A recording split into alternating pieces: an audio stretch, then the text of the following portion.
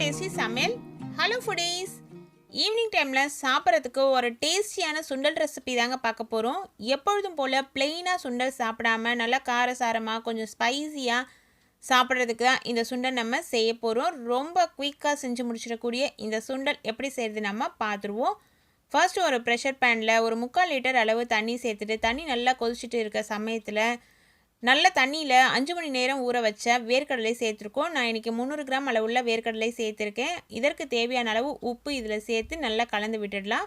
காய்ந்த வேர்க்கடலை கடையிலேருந்து வாங்கிட்டு வந்து 5 மணி நேரம் ஊற வச்சு அதை இதனோட சேர்த்துருக்கோம். ப்ரெஷர் பேனோட மூடிட்டு வெயிட் போட்டு 5 விசில் கொடுத்து வேக வச்சு எடுத்து வச்சுக்கலாம். நல்லா வெந்திருக்கும் வேர்க்கடலை.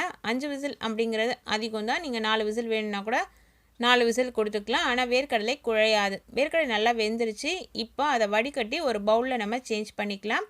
இந்த பவுலில் வேர்க்கடலையை சேஞ்ச் பண்ணிவிட்டு இப்போ நம்ம ஒவ்வொரு மசாலா பொருட்களாக சேர்க்க போகிறோம். இதில் ஃபர்ஸ்ட் நம்ம சேர்க்க போகிறது உப்பு. என்னதான் உப்பு போட்டு வேக வச்சு இருந்தாலுமே இப்போ நம்ம சேர்க்க போகிற பொருட்களுக்கு தேவையான அளவு உப்பு இதில் சேர்த்தாகணும். அதனால் உப்பு சேர்த்தாச்சு. அதற்கு பிறகு நல்லா பொடியாக கட் பண்ண பச்சை மிளகாய், ஒரு பச்சை மிளகாயை சேர்த்துருக்கோம். நல்லா பொடியாக நறுக்குன வெங்காயம், மீடியம் சைஸ் வெங்காயம், அதையும் இதனோட சேர்த்துடலாம். அதற்கு பிறகு ஒரு தக்காளியில் 4ல் 1 பாகம் தக்காளியை பொடியாக கட் பண்ணி சேர்த்துட்டு ஒரு மீடியம் சைஸு கேரட்டை தோலெல்லாம் எடுத்துகிட்டு துருவி அந்த கேரட் துருவலையும் இதனோட சேர்த்துடலாம். இதெல்லாம் சேர்த்து நல்லா நம்ம கலந்து விட்டுடலாம். உங்களுக்கு இன்னும் நல்லா காரமாக வேணும் அப்படின்னு நினச்சிங்கன்னா பச்சை மிளகாய் ஒன்று கூடுதலாக கூட சேர்த்துக்கலாம்.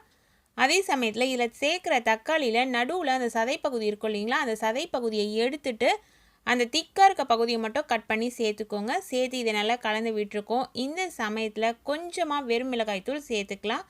நான் இன்றைக்கி ஒரு 1/4 டேபிள் ஸ்பூன் அளவு தான் சேர்த்துருக்கேன். வெறும் மிளகாய்த்தூள் சேர்த்து நல்லா கலந்து விடுறோம். இதில் உப்பு வேணும்னா நீங்கள் டேஸ்ட்டு பார்த்துக்கோங்க. உங்களுக்கு தேவைப்பட்டதுன்னா இந்த சமயத்தில் சேர்த்து நம்ம கலந்து விட்டுக்கலாம். இப்போ காரம் எல்லாம் சேர்த்தாச்சு. இந்த சாப்பிடும்பொழுது பார்த்திங்கன்னா அந்த கேரட் துருவல், வெங்காயம், தக்காளி எல்லாம் இந்த வேர்க்கடலையோடு சேர்ந்து அவ்வளோ ஒரு சூப்பர் டேஸ்ட்டாக இருக்கும். இதில் நம்ம லாஸ்ட்டில் ஆம்ச்சூர் பவுடர் சேர்க்குறோம். அது என்ன அப்படின்னு பார்த்தீங்கன்னா ட்ரை மேங்கோ பவுடர். அது வீட்டில் இருந்ததுன்னா சேர்த்துக்கலாம். அப்படி இல்லைன்னா நீங்கள் அதை ஸ்கிப் பண்ணிடலாம். இல்லை உங்கள் வீட்டில் சாட் மசாலா பவுடர் இருந்தாலுமே சேர்த்துக்கலாம். இது சேர்த்தா இதுக்கு கூடுதல் ஃப்ளேவர் கிடைக்கும். இது ரெண்டுமே இல்லாத பட்சத்தில் மாங்காய் இருக்குது, மாங்காய் சீசனாக இருந்ததுன்னா துருவின ஒட்டு மாங்காயை இதில் சேர்த்து கலந்து சாப்பிட்டு பாருங்கள்.